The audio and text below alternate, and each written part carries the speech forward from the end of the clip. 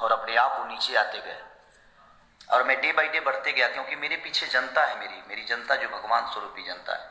क्योंकि मैं जनता के हित के लिए हमेशा काम करता हूँ, कोशिश करता हूँ अच्छा काम करने की, और मैं काम पे फोकस करता हूँ। और ये जो लोग मजा ले रहे हैं ना, ये उनको भी पता है।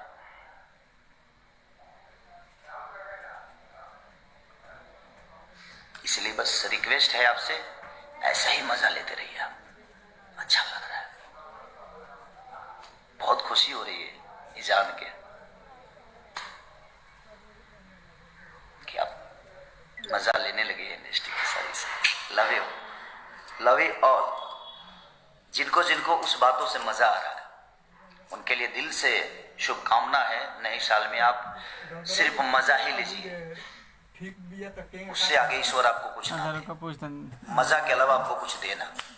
और सिर्फ खेसारी के बातों से, खेसारी के इंटरव्यू से, खेसारी क्या कर रहा है उस सब चीजों से मजा लीजिए।